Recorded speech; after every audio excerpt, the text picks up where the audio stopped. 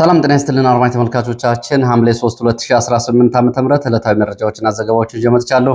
መረጃና ዘገባዎችን እየተከታተላችሁ እስከ መጨረሻው አብራችሁ እንድትቆዩ ነው በአክብሮት የምጋብዛችሁ። በተለያዩ አካባቢዎች ውጊያዎች ቀጥለዋል። ከዚህ ጋር በተያያዘ ዝርዝር የግንባር መረጃዎችን አደርሳችኋለሁ። በተለይ ደሴ ከተማ አቅራቢያ በሚሊሻ ካምፕ ላይ በተፈጸመው ጥቃትና በሚሊሻ አባላት ላይ የደረሰውን እልቂት ተከትሎ የአካባቢው የብልጽግና የፖለቲካና የጸጥታ መዋቅር ውስጥ የሚገኙ ባለስልጣናት ድንጋጤ ውስጥ ገብተዋል። ይህንን ጨምሮ በተለያዩ አካባቢዎች ያሉ ዝርዝር መረጃዎችን አደርሳችኋለሁ። በተለይ በደሴ ቀጠና እንደዚህ አይነት ከባድ ጉዳት ያደረሱ ድንገተኛ የካምፕ ጥቃቶች ሲደርሱ ይሄ የመጀመሪያው ነው። በተለይ በከተማው አቅራቢያ በዚህ ምክንያት ደሴና አካባቢው ከፍተኛ የሆነ ያልተገመተ ጥቃት ይደርሳል በሚል የብልጽግና አመራር ከፍተኛ ስጋት ውስጥ መግባታቸው ነው የተሰማው። በተለያዩ አካባቢዎች ያለውን አሁን ሁኔታ በተመለከተ ዝርዝር መረጃዎችን ከአማራ ክልል የግንባር መረጃዎች ከማዕከላዊ ጎንደር፣ ምስራቅ ጎጃም፣ ምዕራብ ጎንደር እና ሰሜን ወሎን ጨምሮ በተለያዩ ቀጠናዎች በሸዋ ያሉ መረጃዎችን በቅደም ተከተል አደርሳችኋለሁ። በትግራይም እንደዚሁ አዲስ መመሪያ ተላልፏል። የተላለፈው መመሪያ ምንድን ነው የሚለውንም በተመለከተ ዝርዝር መረጃዎችን አደርሳችኋለሁ። የግንባር አዋጊዎች ዋና ምክትል በሚል አዲስ ስምሪት ተሰጥቷል። እንግዲህ ጠዋት ከቀረበው የእዝ ጊዜያዊ ማስተባበሪያ ማዕከላት ባሻገር አዛዦችም አብረው ስምሪት ተሰጥቷቸዋል። ይህንን ጨምሮ አዳዲስ መረጃዎችን በዚህ ሰዓት ወደ እናንተ አደርሳለሁ። እናንተ እየተከታተላችሁ እስከ መጨረሻው አብራችሁ እንድትቆዩ ነው በአክብሮት የምጋብዛችሁ። የሱዳን ቀውስ ከፍተኛ ዓለም አቀፍ ትኩረት አግኝቷል። ከ4 ዓመታት በኋላ አሁን የአሜሪካ መንግስትም የተባበሩት መንግስታት ድርጅት እንዲሁም ደግሞ የሰብአዊ መብት ተሟጋች ድርጅቶች ለሱዳን ቀውስ ከፍተኛ ትኩረት ሰጥተዋል። በሱዳን ውስጥ ያለው ወታደራዊ ሁኔታም ተለዋዋጭነቱ ቀጥሏል። በምስራቅ ሱዳን ቀጠናዎች ጥቁር አባይን ጨምሮ አልቡርሃን ከፍተኛ ድል ሲቀዳጅ፣ በምዕራብ ሱዳን የዳርፉርና የኮርዶፋን ቀጠናዎች ደግሞ የአልቡርሃን ጦር ከፍተኛ ድል እየተቀዳጀ ነው የሚገኘው። የሱዳን ሁኔታ በዚህ ላይ እንግዲህ ተጨማሪ መረጃዎችን አደርሳችኋለሁ። እስከ መጨረሻው አብራችሁ እንድትቆዩ ነው በአክብሮት የምጋብዛችሁ። ወደ መረጃዎች ነው የሚሄደው። ወደ መረጃዎቹ ሲሄድ እንግዲህ መነጋገሪያ ከሆኑ ጉዳዮች መካከል የቀድሞው የብሔራዊ ባንክ ገዥ አቶ ማሞ ምህረቱ የሰጡትን ቃለ ምልልስ ተከትሎ ብዙዎቹ መነጋገሪያ አድርገዋል። ከዚህ ጋር በተያያዘ እንግዲህ የቀድሞው የባንኩ ገዥ ከኃላፊነት ከተነሱ በኋላ አንድ ከውጭ ሚዲያ ጋር በእንግሊዝኛ ባደረጉት ቃለ ምልልስ ላይ የነበረውን አጠቃላይ ሁኔታና በተለይ ጦርነቱ ከህወሓት ጋር የነበረው ጦርነት አገሪቱን እንዴት እንዳደቀቃት የሚያሳይ ጭምር አገሪቱ ለአይኤምኤፍ እንግዲህ በአይኤምኤፍ እጅ የወደቀችበት ሁኔታ በተመለከተ ብዙ ጉዳዮችን አንስቷል። አጠቃላይ የኢኮኖሚ ሞዴሉ የብልጽግና የኢኮኖሚ ሞዴል ምን አይነት እንደሆነ ግራ የገባው እንደሆነ ነው እንግዲህ ከዚህ ቃለ ምልልስ መረዳት የሚቻለው። እሱም በዚህ ጊዜ ውስጥ ለነዛ ዓመታት ለሰራባቸው ጊዜያት እንዴት አብሮ እንደቆየም እንግዲህ አሁን ወደኋላ ሄዶ እያሰበው ነው የሚመስለው በቃለ ምልልሱ። የነበረውን አጠቃላይ ሁኔታ በተመለከተ እንግዲህ ሲናገር በቀድሞው የኢኮኖሚ ሞዴል ፈጣን እድገት ነበር ይላል። እንግዲህ ከብልጽግና በፊት የነበረውን ነው። እድገቱ በብድር በገንዘብ ህትመትና በመንግስት ከፍተኛ ወጪ ላይ እየተመሰረተ ነበር ይልና የገንዘብ ምንጮች ሲደርቁ ሞዴሉ ጣሪያው ነካ። ዶላር እጥረት፣ የዋጋ ግሽበት፣ የዕዳ ጫና ተከተለ።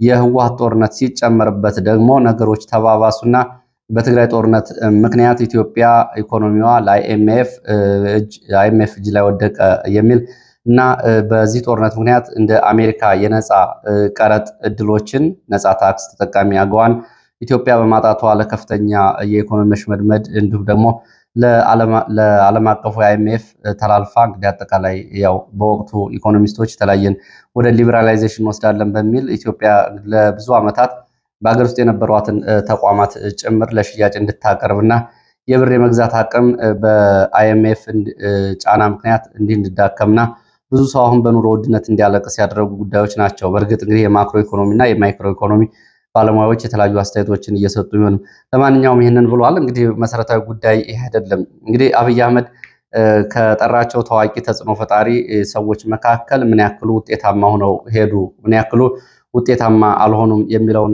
ለማንሳትና ለማሳየት ያክል አንድ ጉዳይ በዚህ ላይ እንጨምር። አብይ አህመድ ለውጡ እንደመጣ እሱም የዓለም አቀፍ የሰላም ሽልማት ተሸላሚ በነበረበት ጊዜ ብዙ ኢትዮጵያውያንን ስም ያላቸው ኢትዮጵያውያንን ከየቦታው እየጠራ ተቋማትን እንዲመሩ ኃላፊነት ሰጠ። ብዙዎቹ አልቀጠሉም፣ ውጤታማም አልሆኑም። ብዙዎቹ እንደውም ያላቸውን የግል ስም ጭምር አክሽፈው ነው የወጡት። ይሄ እንግዲህ አብይ አህመድ ፖሊሲ ውስጥ ያለውን ተለዋዋጭ ወይም ደግሞ በህግና በስርዓት በሚታወቅ በሚተነበይ ፖሊሲ የማይመራ አጠቃላይ ስርዓት መሆኑን የሚያሳይ ነው። ብዙዎቹን ማንሳት እንችላለን። ስም ካላቸው ፖለቲከኞች፣ ታጋዮች እንዲሁም ደግሞ የሰብአዊ መብት ተሟጋቾች መካከል የምርጫ ቦርድ ሰብሳቢ እንዲሆኑ የተጠሩትን ብርቱካን ሚደቅሳን ጨምሮ እነ ዶክተር ዳንኤል በቀለን እንግዲህ ዓለም አቀፍ ተቋማት ዳይሬክተሮች የነበሩ ሰዎች በብዙ ጉዳይ የኢትዮጵያ ሰብአዊ መብት ኮሚሽን እንዲመሩ ከተደረጉ በኋላ የአብይ የአምባገነንነትና ወታደራዊ ጭፍጨፋ ሲጨምር ይህን ማጋለጥ ሲጀምሩ ለውጭ ድርጅቶች የሚሰሩ በሚል ከስራ ተባረዋል። ብዙዎቹም በዚህ መንገድ ነው እንግዲህ አሁን አብረው ያሉትም ሆነ የአብይ አህመድ የቅርብ ሰዎች የሚባሉት ዕጣ ፈንታቸው ከዚህ የተለየ አይሆንም። አብይ አህመድ አንስቶ ሲጥል በነገራችን ላይ ዘወር ብሎ እንደማያይ ነው እንግዲህ ብዙዎቹ በጸጸት የሚናገሩት። በኢህአዴግ ጊዜ እንኳ አንድ አባላቸውን አይደለም አንድ ከፍተኛ ባለስልጣን አባላቸው እንኳ ሲሄድ አባላችን ነው በሚል ድጋፍ ይደረግለት ነበር። በአብይ ጊዜ ሚኒስተርም ሆነ ሌላ ባለስልጣን ከኃላፊነት ከተባረረ ዘወር ብሎ የሚያየው የሚያነሳው የለም። አብይ አህመድ ደግሞ ትከሻቸው ወይም ደግሞ በእውቀት በግንዛቤ በሱ ዙሪያ ትልልቅ ሰዎች እንዳይሰበሰቡ እንዲበተኑ በማድረግ የተወሰኑ ወታደራዊ አዛዦችን ይዞ ነው እንግዲህ አሁን ሀገር እየመራ ያለው። ሌላው ከዛ በመለስ ያለው ዝም ብሎ እዚህ የሚባል አይደለም። ብሔራዊ ሚዲያዎችን ልትመለከቱ ትችላላችሁ። በነገራችን ላይ እንደው ሳይሰለቻችሁ ብዙዎቻችሁ ኢትዮጵያ ቴሌቪዥንን ፋናን መከታተል ያው እንደሚጨንቃችሁ እገነዘባለሁ። ግን ተመልከቷቸው። አንድም ትልቅ ብሔራዊ ጉዳይ አሁን ግብጽ የምታደርገውን ከበባ፣ ቀጠናዊ ጉዳዮችን፣ የሀገሪቱ ያለችበትን ጦርነት አንድም ተገማች ወደፊት መውጫ መንገዶችን የሚያመላክት ዘገባ አይቀርብም። እየቀረበ ያለው ዘገባ ቢበዛ ችግኝ ተከላ ነው። ከዛ አለፍ ሲል ደግሞ የወንዝ ዳርቻ ያሸበረቁ መብራቶችና የተተከሉ ሳሮችን ነው። ከዛ ከፍ ካለ ደግሞ የሪዞርቶች ናቸው የሚታዩት። ይህ እንግዲህ በኢኮኖሚና አሁን በኢትዮጵያ ባለችበት ሁኔታ ለዜጋው የሚፈይደው ምንድን ነው የሚለውን ያው ብዙ እንግዲህ እያያችሁት ነው። ከዚህ ጋር በተያያዘ አዲስ አበባ የተሰሩ የኮሪደር ልማት ጋር በተያያዘ እንደዚሁ ከጎርፍ ጋር በተያያዘ ብዙዎቹ ተንቀሳቃሽ ምስሎችን እየለቀቁ አዲስ አበባ ግድቦች ተሰርተዋል በሚል ሰዎችን እያሻገሩም ገንዘብ የሚቀበሉም እንዳሉ የተለቀቁ ምስሎች ያሳያሉ። ለማንኛውም እንግዲህ አብይ አህመድ በሚተነበይ በሚታወቅ ፖሊሲ በቡድን ስራ እንዲሁም ደግሞ በመንግስት ተክለ ቁመና ውስጥ ያልሆነ ሰው መሆኑን ነው እንግዲህ የቀድሞ የብሔራዊ ባንክ ገዥ ቃለ ምልልስም ሆነ ሌሎቹ ሲወጡ የሚያሳየው። ስለዚህ ለሌሎቹ አሁን ባሉት ሰዎች ላይ ምንድነው ነገ የሚገጥማቸው የሚለውም ከዚህ የተለየ አይሆንም። እስካለ ድረስ የእንጀራ ጉዳይ ሆኖ ነው ወይስ ደግሞ አገርን አጠቃላይ በሚያሻግር የፖለቲካ እና የፖሊሲ መዋቅር ውስጥ ነው ያላችሁት? ለሌሎቻችሁ ይህን የምትሰሙ ካላችሁ ጥያቄው ለእናንተ ይሆናል። እንግዲህ ከሚኒስተር እስከ ቀበሌ ድረስ ላላችሁት ወደ መረጃዎቹ ነው የሚሄደው። ወደ መረጃው ሲሄድ ወደ ሸዋ ቀጠና የሚወስደን መረጃን የማስከትለው በሸዋ ቀጠና ደራ ወረዳ የተለያዩ ገጠራማ አካባቢዎች የኦነግ ሸኔ ታጣቂዎች የኦሮሞ ነጻነት ሰራዊት እያለ የሚጠራው ራሱን ታጣቂዎቹ በኃይል የማገትን አስገዳጅ ወታደራዊ ምልመላ እያካሄዱ እንደሆነ መረጃዎች ገልጸዋል። የእነዚህ የኦነግ ሸኔ ታጣቂዎች ባለፈው ሰኔ ወር መጀመሪያ ከሁለት በላይ እዝ የሚጠጋ ኃይል ወደ ደራ ወረዳ ካስገቡ በኋላ በአሁኑ ወቅት በወረዳው በሚገኙ 17 ቀበሌዎች ውስጥ ካምፖችን አቋቁመው አካባቢዎችን ተቆጣጥረው ይገኛሉ። ታጣቂዎቹ እነዚህን ቀበሌዎች መቆጣጠራቸውን ተከትሎ ላለፉት 3 ቀናት በተከታታይ በየመኖሪያ ቤቶች እየሄዱ ታዳጊዎችና ወጣቶችን በኃይል እያፈሱ እየወሰዱ እንደሆነ የወጡ መረጃዎች ያሳያሉ። አስገዳጅ ምልመላውን በተመለከተ በኃይል የታፈሱት እነዚህ ታዳጊዎች ለአስገዳጅ ወታደራዊ ስልጠና በቀጣይ ለሚደረግ ጦርነት ግዳጅ ስልጠና እንዲወስዱ ወደ አባይ ሸለቆና በአካባቢ ወደሚገኙ ቦታዎች እየተወሰዱ ነው። በትላንትናው ዕለት ከአንድ መንደር ብቻ ከ42 በላይ ታዳጊዎችን በኃይል ይዘው ወጥተዋል ነው የተባለው። ወደ ደብረ ማርቆስ ስንሄድ በደብረ ማርቆስ ዙሪያ ምስራቅ ጎጃም ዞን ደብረ ማርቆስ ከተማ አቅራቢያ በሚገኘው የጎዛመን ወረዳ ለስምሪትና ለዘመቻ እንቅስቃሴ ላይ በነበሩ የሚሊሻና የአድማ ብተና አባላት ላይ ድንገተኛ ጥቃት መፈጸሙን ከአካባቢ ወጡ መረጃዎች ገልጸዋል። የጥቃቱ የተሰነዘረው አመሻሹ ላይ ሲሆን የጸጥታ ኃይሎቹ ቸርተከል ተብሎ ወደሚጠራ አካባቢ ለወታደራዊ ስምሪትና ዘመቻ በመንቀሳቀስ ላይ ያሉ ነው ፋኖ የደፈጣና ድንገተኛ ጥቃት እየፈጸመው። በዚህ ድንገተኛ ጥቃት የሚሊሻ አባላት ቁጥራቸው ያልታወቀ ሞትና ቁስለኛ መሆናቸውን የመረጃ ምንጮች ገልጸዋል። አጠቃላይ የደረሰው ኪሳራ ግን በአሃዛዊ ቁጥሮች ለማረጋገጥ እንዳልተቻለ ነው የተገለጸው።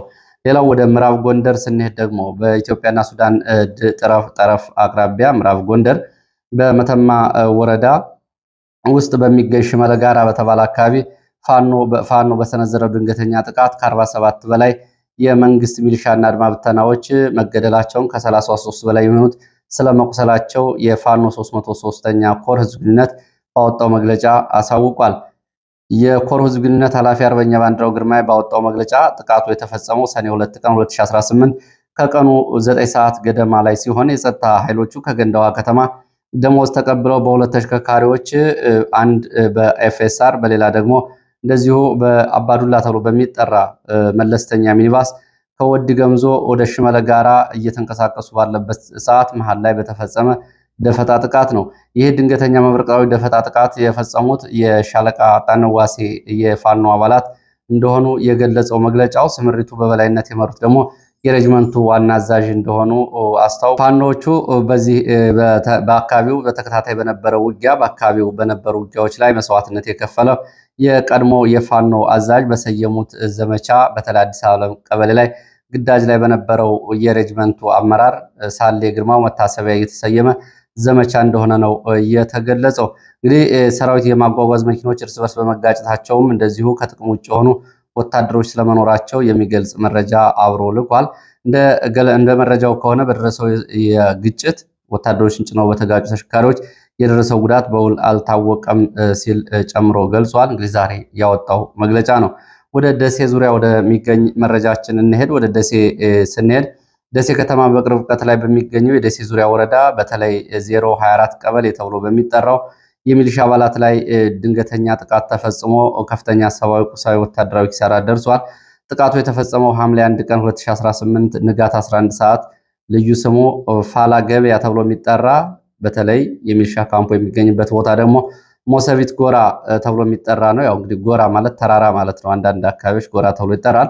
ሞሰቢት ጎራ ተብሎ በሚጠራው አካባቢ ነው ፋኖ በሌሊት ድንገተኛ ጥቃቱን የፈጸመው። የደረሰውን ጉዳት በተመለከተ ለአንድ ሰዓት በቆየው በዚህ ከባድ ጥቃት ቢያንስ 21 የሚሊሻ አባላት ወዲያውኑ ህይወታቸው ሲያልፍ ቁጥራቸው በውል ያልታወቁ ሌሎች የሚሊሻ አባላት ደግሞ ቆስለው በደሴና በአካባቢ የሚገኙ የሕክምና ማዕከላት ገብተዋል። ትላንትና የቀብር ስነስርዓታቸው አብዛኞቹ የሚሊሻ አባላት ወደ ተወለዱባቸው አካባቢዎች ተልኮ የቀብር ስነስርዓት ተፈጽሟል። እንግዲህ አስከሬናቸው ወደ የትውልድ ቀያቸው ተልኳል። ከዚህ ቦታ ጥቃት ከተፈጸመበት ይህንን ተከትሎ የፋኖ አባላት ጥቃቱን ከፈጸሙ በኋላ በአገኙት መረጃ መሰረት ነው ጥቃት የፈጸሙት። እንደ መረጃ ምንጮቹ 12 ሰዓት አካባቢ ጥቃቱን አድርሰው አካባቢውን ለቀው ወጥተዋል። በጥቃቱ ወቅት በፋኖ አባላት ላይ ምንም አይነት የደረሰ ጉዳት የለም። በአንድ ካምፕ ውስጥ የነበረ ሚሊሻ ይህን ያክል ጉዳት ሲያስተናግድ በፋኖ ላይ ምንም አይነት የደረሰ ጉዳት የለም። ይህ ከፍተኛ ቁጥር ያለው የሚሊሻ ኃይል ያጣው የደሴ ዙሪያ ወረዳ የብልጽግና የጸጥታ ፖለቲካ መዋቅር በጉዳዩ ላይ ከፍተኛ መደናገጥ ውስጥ መግባቱ ተገልጿል። ሁኔታውን ተከትሎም አካባቢው መልሶ ለመቆጣጠር ከደሴ ተጨማሪ ኮማንዶ እግረኛ ሰራዊት ወደ አካባቢው ተንቀሳቅሷል። ደሴ ዙሪያ ባሉ ገጠራማ ቀጠናዎች ላይ ያለው የጸጥታ ሁኔታ አሁንም እጅግ ውጥረት የበዛበትና ሊገመት የማይችል አደጋ ያመጣብናል በሚል የብልጽግና ባለስልጣናት ከፍተኛ ድንጋጤ ውስጥ ነው እየገቡት። ብዙ ከተሞች ላይ እንግዲህ ፋኖ ትጥቅ ከጀመረ በኋላ ብዙ ከተሞች ላይ ውጊያ ተደርጓል። ደሴ ከተማ ግን ከነዚህ ቦታዎች እርቀት ክልል ውጭ ጦርነት ተደርጎ አያውቅም። በዚህ ምክንያት ነው ከፍተኛ መደናገጥ ውስጥ እየገቡት። በተመሳሳይ በዚሁ በደቡብ ወሎ ምዕራብ ቀጠናዎች በምዕራብ ወሎ ዞን ገነት የከተማ አቅራቢያ በሚገኙ ሁለት ጊዜያዊ የሚሊሻና የአድማ ብተና ካምፖች ላይም ጥቃቶች ተፈጽመዋል። ጥቃቱ የተፈጸመው ከገነቴ ከተማ በቅርብ ርቀት በሚገኝ ፈረንጅ ጎራ ተብሎ በሚጠራ ቦታ ላይ በነበሩ ሁለት ጊዜያዊ የሚሊሻ ካምፖች ላይ ነው። በጥቃቱ የሚሊሻ ኃይሎች ሰብአዊ፣ ቁሳዊና ወታደራዊ ኪሳራ ደርሶባቸዋል። ጉዳቱ በአሃዛዊ መጠን አልታወቀም። ከደረሰው ጥቃት በኋላ ካምፑ ላይ ሰፍረው የነበሩ የሚሊሻ አባላት ካምፑን ለቀው ወለቃ ተብሎ ወደሚጠራ አካባቢ ሸሽተዋል። ይህንን ተከትሎ ሁኔታውን ለመቀልበስ ከለጋምቦ ተጨማሪ ኃይል ወደ አካባቢው ስለመንቀሳቀሱና በአካባቢውም ለሰዓታት የቆየ የሞርተርና የድሽቃ ድብደባ መደረጉን መረጃዎች ገልጸዋል። በሌላ መረጃ ወደ ትግራይ የሚወስደን መረጃን ማስከትለው በትግራይ ክልል ከነገ ሐምሌ 4 ቀን ጀምሮ በሙሉ በሙሉ ተሽከርካሪዎች ወደ ግዳጅ እንዲያመሩ ትዕዛዝ ተሰጥቷል የሚሉ መረጃዎች ወጥተዋል። ከነገ ሐምሌ 4 ጀምሮ በክልሉ የሚገኙ የመንግስት ሴክተር መስሪያ ቤቶች ተሽከርካሪዎች፣ የትግራይ ልማት ማህበር ተሽከርካሪዎች፣ የኤፈርት ተሽከርካሪዎች በሙሉ በአንድ ማዕከል እንዲሰባሰቡ ጥብቅ ትዕዛዝ ተሰጥቷል። እነዚህ ተሽከርካሪዎች ከተሰበሰቡ በኋላ በቀጣዩ ቀን ወደሚሰጣቸው ልዩ ልዩ ወታደራዊ ግዳጅ እና ግንባሮች እንደሚንቀሳቀሱ ነው የታወቀው። ከዚህ ጋር በተያያዘ የሕክምና አገልግሎት የሚሰጡና የግል ተሽከርካሪዎች ለጊዜው ጥሪ አልተደረገላቸውም። ከዚህ ጋር በተያያዘ እንደዚሁ በሽሬ ቀጠናም የአርሚ 13 አዛዥ ከኃላፊነት ስለመታገዱ የሚገልጹ መረጃዎች ወጥተዋል። ይሄ አርሚ ባለፈው ሽራሮ አካባቢ ወደ ሱዳን ኃይል ሲያንቀሳቀስ የድሮን ጥቃት የተፈጸመበት ኃይል ነው። በምን ምክንያት እንደታገዱ እስካሁን ዝርዝር የወጣ መረጃ የለም። ይህ በእንዲህ እንዳለ በራያ ቀጠናዎች ያለውን አጠቃላይ ስምሪት በተመለከተ የስምሪት መሪዎችና ግዳጅ ወታደራዊ ግንባሮችን የሚመሩ አዛዦችም ስምሪት ተሰጥቷቸዋል። የደቡብ ግንባር ተብሎ በሚጠራው በዚህ የዋገምራ፣ የራያ፣ የአፋርና አካባቢው ቀጠናዎች ላይ ወታደራዊ አዛዡ ጀነራል ዮሐንስ ወልደ ጊዮርጊስ ወይም ጆን መድድ አጠቃላይ ግንባሩን ስምሪት በበላይ ሆኖ የሚመራ ሲሆን እንደ ቀጠናዊ ኮማንድ መሪ አድርጎ ራሱን ማይጨው እንዲያስቀምጥ ቦታ መረጣ እየተደረገ ነው።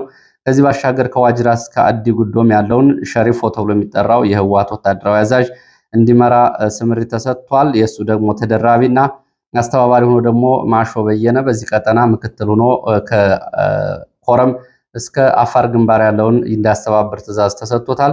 በዚህ የማዘዣ ጣቢያዎችን በተመለከተም እንግዲህ ጊዜያዊ የማዘዣ ጣቢያዎች ወይም ደግሞ ጊዜያዊ ኮማንድ ቦታዎች በየአካባቢው ምርጫ ተደርጓል። ቀደም ብሎ እንግዲህ በዚህ ቀጠና ያለው ስምሪትን በተመለከተ አርሚ 24 አለማጣ፣ አርሚ 31 ኮረም፣ አርሚ 33 እና 43 መሆኔ፣ አርሚ 44 በመሆንና በአዲ ጉዶም መካከል ባሉት አካባቢዎች አርሚ 15 ከአዲ ጉዶም እስከ መረብ ማይኒ አካባቢ ስምሪቶችን የወሰዱ ሲሆን ቀደም ብለው በእነዚህ አርሚዎች ስር የሚገኙ ኮሮች ደግሞ ግዳጅ ወደ ተሰጣቸው አካባቢዎች በተጠንቀቅ እንዲቆሙ ታዘዋል። ለምሳሌ የአርሚ 24 ኮር 1 የያዛቸው ክፍለ ጦሮች አክሱም ክፍለ ጦር፣ አልጋነሽ ክፍለ ጦር፣ ኮለን ክፍለ ጦር ሰራዊቶች በጥሙጋና አካባቢ እስከ ዋጃና ሰሌን ውሃ መስመሮችን፣ የሁለተኛው ኮር ደግሞ የአርሚ 24 ማለት ነው አውሬራ፣ ዮሐንስ፣ ህድሪ እነዚህ ክፍለ ጦሮች በመረዋ መስመር ባለማጣ እስከ አየር ማረፊያ ትይዩ ያሉ አካባቢዎችን፣ ኮር 3 ተብሎ የሚጠራው ደግሞ ከኩኩፍቱ አሞራ፣ ሰዓረና ኩኩፍቱ አካባቢ ማለት ነው ማዘዣውን ያደረገው አሞራ፣ ሰዓረ፣ ጉሽ ክፍለ ጦር ሰራዊቶችን የያዘ ነው። ዋጃ ጥሙጋና አካባቢውን ጨምሮ ከላይኛው ኮር 2 ጋር ተጨማሪ ስምሪት ተሰጥቶታል። አርሚ 43ም እንደዚሁ ቃላሚን፣ ወደ ጀና፣ ረመጽ የሚባሉ ክፍለ ጦሮች አሉት። ይህም እንግዲህ በስከታች እስከ አፋርና ባላ ያሉ አካባቢዎችን ስምሪትና ግዳጅ ተሰጥተዋል። ኮር 2 አይኒ ትግራይ፣ ማሾ እና ኳርተር ተብሎ የሚጠሩ ሰራዊቶች እነዚህ ደግሞ በመቻሬ እስከ ቢሶበርና ጨርጨር ቀጠና ያሉትን፣ የኮር 3 ደግሞ አዶ ትግራይ፣ ሰልአ፣ ዮሐንስ የሚባሉት ክፍለ ጦሮች ቢሶበርን ጨምሮ እስከ ሰሌን ውሃ እስከ ላይኛው እስከ አርሚ 24 ድረስ ያሉትን ቦታዎች ይሸፍናሉ ነው የተባለው። ወደ ሱዳን ወደሚገኙ መረጃዎች ሲሄድ የተባበሩት መንግስታት ድርጅት በሱዳን የዘር ማጥፋት ወንጀል ምልክቶች መታየታቸውን በተመለከተ በምርመራ ማረጋገጡን ገልጿል። በደቡብ አፍሪካ ደግሞ ስደተኞች ላይ የሚደረገው ህገወጥ አደን በርትቷል። እንግዲህ በደቡብ አፍሪካ የምትገኙ ኢትዮጵያውያን አሁንም ጥንቃቄ እንድታደርጉ ነው መረጃዎቹ የሚያሳዩት። የዘር ማጥፋት ማስረጃዎችን በተመለከተ በሱዳን የወጣው የተባበሩት መንግስታት ድርጅት የሱዳን እውነታ ፈላጊ ኮሚሽን ባወጣው አዲስ ሪፖርት በሀገሪቱ እየተዋጉ ያሉ ኃይሎች በሲቪሎች ላይ የፈጸሟቸውን አሰቃቂ ድርጊቶች የዘር ማጥፋት ወንጀል ምልክቶች መሆናቸውን የሚያሳይ ተጨማሪ ማስረጃ ማግኘቱን ገልጿል። የተባበሩት መንግስታት ዋና ጸሐፊ ቃል አቀባይ ስቴፋን ጁሪክ በኒውዮርክ በሰጡት መግለጫ በተለይ ፈጥኖ ደራሽ የሚባለው ኃይል በሰሜን ዳርፉር አልፋሻር ከተማ ንጹሐን ዜጎች ላይ ጅምላ ጭፍጨፋ፣ የሴቶች ልጃገረዶች እገታና አስገድዶ መድፈርን ጨምሮ ከፍተኛ ሰብአዊና መጠነ ሰፊ ኢሰብአዊ ድርጊቶችን መፈጸሙን አረጋግጠናል ብለዋል። በዲፕሎማሲው ረገድ እንግዲህ ግጭቱን ለማስቆም አዲስ ተስፋ ታይቷል የሚሉ መረጃዎች ደግሞ ወጥተዋል። አሜሪካ በቅርቡ ያቀረበችው የሰላም እቅድ ለ90 ቀናት የሚቆይ አስቸኳይ የሰብአዊ ድጋፍ እና ተኩስ አቁም እንዲደረግ በሱዳን አሜሪካ ጥሪ አቅርባለች፣ እቅድም አቅርባለች። በሲቪል መሪዎች የሚመራ ምርጫ እንዲደረግም በሱዳን አሜሪካ ያቀረበችው እቅድ ያሳያል። ይሁን እንጂ ጀነራል አብዱልፈታህ አልቡርሃን የሚመራው የሱዳን ጦር ለሰላም ስምምነቱ ትልቅ ቅድመ ሁኔታ አስቀምጧል። ይህም ሰራዊቱ ባወጣው ሰነድ መሰረት የሰላም እቅዱ ሙሉ በሙሉ ለመቀበል ፈጥኖ ደራሽ ኃይሉ ግንቦት 2015 በፊት የተቆጣጠራቸውን ከተሞች ሙሉ በሙሉ ለቆ መውጣት አለበት በሚል ነው ቅድመ ሁኔታ ያስቀመጠው። ፈጥኖ ደራሽ ኃይሉ በበኩሉ የተራቀቀ የኮሚኒኬሽን መከላከያ ቴክኖሎጂዎችና የሰው አልባ አውሮፕላኖች፣ ድሮኖችን በመጠቀም ጥቃቱን አጠናክሮ መቀጠሉን ነው ዛሬ መረጃዎቹ የሚያሳየው። ከዚህ ጋር በተያያዘ አልቡርሃንም በስልጣን ላይ ወታደራዊ አዛዥ ነው ለመቀጠል ፍላጎት እንዳለውም የሚገልጽ መረጃ ወጥቷል። የአልቡርሃን በአሜሪካ ባለስልጣናት ይህንን የ90 ቀናት እቅድ ቢያቀርቡም አልቡርሃን በሌላ በኩል በሀገሪቱ ላይ ወታደራዊ አዛዥ ሆኖ በወታደራዊ ኃይል ለ5 ዓመታት የሽግግር መንግስት የሲቪል መንግስት ሲቋቋም ለመቀጠል ፍላጎት አለው ተብሏል። አልቡርሃን ስልጣን ላይ ለመቆየት ሲል የሰላም ንግግሮችን እያደናቀፈ ነው የሚል ክስም ቀርቧል። የዓለም አቀፍ ድርጅቶች፣ የተለያዩ ሀገራት፣ የሱዳን ሲቪክ ማህበራት ወታደራዊ ሽግግር የሚባል አካሄድ ሙሉ በሙሉ ውድቅ በማድረግ አገሪቱ የሲቪልና የዲሞክራሲ አስተዳደርና ሽግግር በአስቸኳይ እንድታቋቁም እየጠየቁ ቢሆንም አልቡርሃን ፈቃደኛ አይደለም የሚሉ ክሶች ወጥተዋል። ይፋዊ ባልሆኑ ሰነዶች ደግሞ ካይሮ ስብሰባ ተደርጓል። የአሜሪካና የሱዳን ተወካዮች ባለፈው ወር በካይሮ የሱዳን ጦር ከፍተኛ አዛዥ ሻምስ አልዲን ካባሽ አሜሪካው ፕሬዚዳንት አማካሪ ማሳድ ቦሎስ ጋር በሚስጥር ስለመገናኘታቸው ታውቋል። ንግግሩ አሜሪካ ባዘጋጀችው አዲሱ የሰላም ካርታ ላይ ለመነጋገር እንደሆነ ተገልጿል። ይህ ስብሰባ ከመካሄዱ በፊት ጀነራል አልቡርሃን ራሳቸው በዙሪክ ስዊዘርላንድ ከተባበሩት አረብ ኤሚሬትስ ከፍተኛ ባለስልጣናት ሼክ ሻቡት ቢን ናህያን አልሃን ጋር በሚስጥር ተገናኝተው ስለ ጦርነቱ ሁኔታና ስለ ሀገራቱ ግንኙነት መወያየታቸው ይታወቃል። እንግዲህ አረብ ኤሚሬትስ በደጋሎን የምታስታጥቅ ነች። ግን ሆኖም ከአልቡርሃን ጋር መነጋገሯን ነው ይህ መረጃ የሚገልጸው። በካይሮ ስብሰባ በጦርነቱ ስለማቆም የተኩስ አቁም ስምምነት አካል የሚሆን የታጠቁ ኃይሎች በደረጃና በጊዜ ሰሌዳ ከጦር ቀጠናዎች እንዲወጡ አሜሪካ ያቀረበችው እቅድም አብሮ ቀርቧል ነው የተባለው። እንግዲህ በዲፕሎማሲ በኩል ሚስጥራዊ ንግግሮች ቢኖሩም በጦር ሜዳው ግን ውጊያው ቀጥሏል። አልደማዚን የሚገኘው የሱዳን ጦር 4ኛ እግረኛ ክፍለ ጦር ዛሬ ጥቁር አባይ ተብሎ ከሚጠራው አካባቢ አመፀኞችን ሙሉ በሙሉ ለማጽዳት ወደፊት እየገሰገሰ ወደ ኢትዮጵያ ድንበሮች ጫፍ እየተጠጋ መሆኑ ታውቋል። ከ2 ቀናት በፊት ኩርሙክን የተቆጣጠረው 4ኛው ክፍለ ጦር ማለት ነው። ወደ ደቡብ አፍሪካ ስንሄድ ከቤት ወደ ቤት ለቤት የሚደረግ አሰሳ መኖሩና ስደተኞች ጫና ውስጥ መሆናቸውን ነው ዓለም አቀፍ ሚዲያዎች የዘገቡት። በደቡብ አፍሪካ የስራ አጥነትና የኢኮኖሚ ቀውስ መባባሱን ተከትሎ በተፈጠረው ቀውስ ምክንያት ስደተኞች ላይ ጥቃትና ጥላቻ እየደረሰ ነው የሚገኘው። ይህም እንግዲህ የደቡብ አፍሪካን የፓን አፍሪካነት አደጋ ውስጥ ከቷል። ብዙ የአፍሪካ ሀገራት ግንኙነታቸውን ለማቋረጥ እንደ ናይጄሪያና እንደ ጋና ያሉት ደግሞ የራሳቸውን አጸፋዊ እርምጃ ለመውሰድ ጭምር እየተንቀሳቀሱ ነው የሚገኙት። የቀድሞ የራዲዮ ጋዜጠኛ ጃሲታ ዙማ በምትመራው ማርች ኤንድ በተሰኘው የተቃዋሚ ቡድን ህጋዊ ሰነድ የሌላቸው ስደተኞች ሙሉ በሙሉ እስከ ሰኔ 30 ድረስ ሀገሪቱን ለቀው እንዲወጡ አስገዳጅ ጊዜ ገደብ አስቀምጦ ስለነበረ ይህንን ተከትሎ በጆሃንስበርግ እና አሌክሳንድሪያ፣ ሰዋቶ በተባሉ አካባቢዎች እንዲሁም በደርባን ከተማ የተደራጁ የአካባቢ ነዋሪዎች ዱላና ሰንደቅ ዓላማ በመያዝ ስደተኞች መኖሪያ ቤቶችን በሮችን በመስበር ከቤት ወደ ቤት ፍተሻ እያደረጉና ስደተኞችን በኃይል በመያዝ ለፖሊስ አሳልፈው እየሰጡ ንብረት እየዘረፉ እንደሆነ ታውቋል። ይህንን በዚህ ድርጊት ሳቢያ ህጋዊ ስራ ፍቃድ ያላቸው በርካታ የዚምባብዌና የማላዊ ዜጎች ጭምር ለአደጋና ለስርዓት መዳረጋቸው ታውቋል። የደቡብ አፍሪካው ፕሬዝዳንት ሲሪል ራማፎሳ ለሀገሪቱ የኢኮኖሚ ችግር ስደተኞች ተጠያቂ ማድረግ ተገቢ እንዳልሆነ ለማስገንዘብ ዜጎች ህግን በእጃቸው በመያዝ የስደተኞችን ማፈናቀል ድርጊት እንዳይሳተፉ በድጋሚ ቢያስጠነቅቁም ተቃውሞ ማስጠንቀቂያቸው ግን እዚህ ግባ የሚባል ውጤት አላመጣም። አሁንም በርትቶ ቀጥሏል። ለሰዓት የነበሩ መረጃዎች እነዚህ ናቸው። ስለተከታተላችሁ በእጅጉ አመሰግናለሁ። በሌላ ተመሳሳይ መርሃ ግብር እስከምንገናኝ መልካም ጊዜ